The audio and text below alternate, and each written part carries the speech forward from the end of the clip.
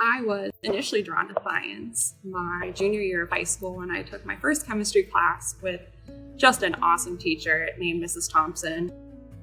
I was initially drawn to science in first grade. I learned about a female paleontologist that had discovered a T-Rex, and she got to name it after herself. After that, I went home and started digging holes in my backyard trying to find my own dinosaur skeleton. In like 6th or 7th grade, I did a science camp here at the University of Oregon during the summer. It was an all-girl science camp. It was super fun. I just remember thinking it was so cool, and I think it was my favorite because it was one of the first times that I saw an experiment happen in real life.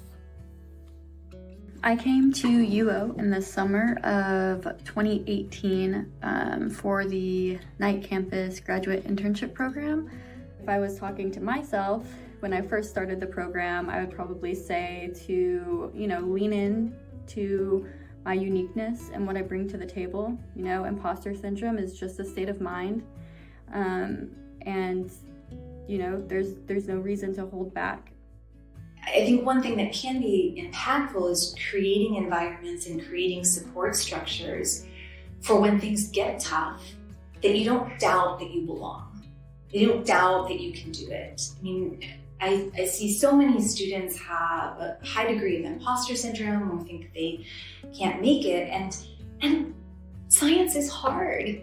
It is mostly failure. If you haven't failed in science, you haven't been pushing hard enough at the boundaries. So if you struggle to get through those moments of failure, or if you have a lot of self-doubt, that can be a natural point of attrition. I honestly wish that this wouldn't be an issue, but I am pretty concerned that we will put in all of this time and energy to try to become as successful as we can be in the careers we're interested in, just to be overshadowed by our male colleagues. This is a very real concern for many women who are thinking about pursuing a career in STEM. The program does a great job of not only supporting you while you're in the program, but also supporting you, once you're an alumni as well. The University of Oregon supports its female scientists in a couple different ways. One of those is through the Women in Graduate Science scholarships, which are available to both graduates and undergraduates. Women in Graduate Science also offers a program called JUMP, Joint Undergraduate Mentorship Program, which pairs up graduate students with undergraduates who are looking at going into professional or higher education in the same field.